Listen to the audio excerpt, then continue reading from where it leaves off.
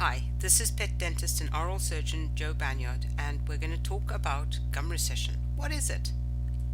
Please review Dentistry for Pet Owners 101, Tooth Anatomy, and What is Periodontal Disease in My Pet? You can see the URLs beneath the images. Please know where the enamel bulge is and where the gum attaches to the root of the tooth. Here is a summary of the 5 stages of periodontal disease, and this shows the bone loss associated with each stage. Bone loss starts at stage 1 and continues on over time. Stage 3 and stage 4 is when we start recommending tooth extractions. Normal healthy gum should have a thin, free margin, no inflammation, and no bone loss. So what is gum recession? Gum recession is when the gum line is lower than it should be, and it means that there is bone loss underneath. There is loss of tooth root support with gum recession, and it's a sign of long-standing periodontal disease. Most people do not recognize it. So how do you recognize it? Well, first you need to know what you're looking at and where the gum should be. So know your landmarks. The gum should cover the enamel bulge of the crown in most cases.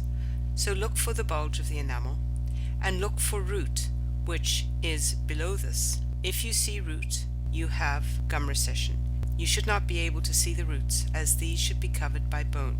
When you do see root, this means a lot of bone has been lost. Also remember that enamel and root are very similar in color, and the bulge of the enamel is the bottom of the crown. Here you can see the gum has dropped below the enamel bulge, showing the roots. This is gum recession. Here is an example where you don't see the enamel bulge or the root of the tooth.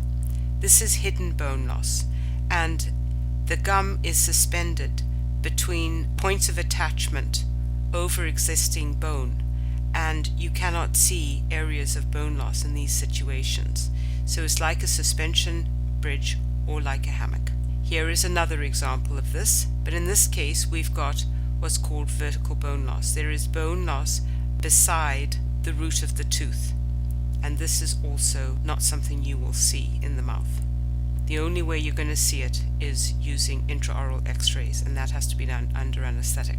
Here is the lower first molar tooth, and the red line shows you where the gum level should be, but you can see that you are able to see the enamel bulge, and so we've got some bone loss in this patient.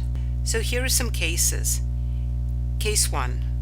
This is the right side of the patient, and what do you see? Doesn't look too bad, does it? But if you look closely, you can actually see a lot of enamel bulges. So you know that there's a problem. You're not supposed to see these enamel bulges. They're supposed to be covered by gum. This is where the gum level should be. So if you put the two images together, you can see that the gum line is about where the top of the enamel bulge is, and you shouldn't see enamel bulge. Here is the top jaw and an x-ray beside it, so now you can see what's underneath that gum, and the red line is where the bone should be, and the yellow line is where the bone is. So there's a lot of bone loss, and therefore loss of attachment.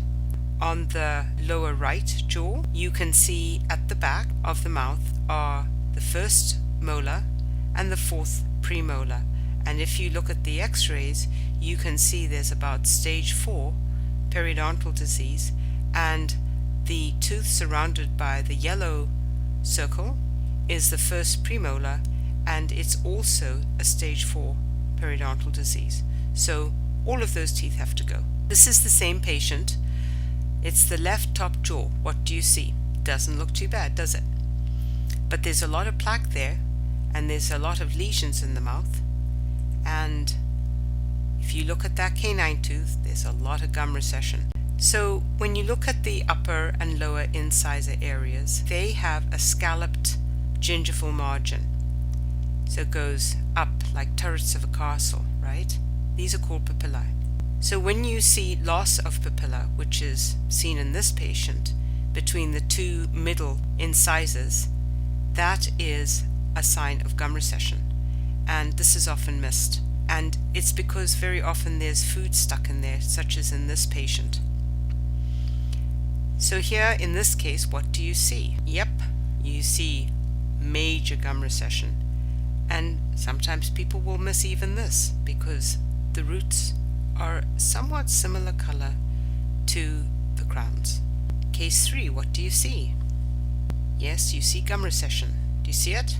And here, can you see that in the middle picture there's a piece of grass there? That's led to gum recession. It gets caught and it festers.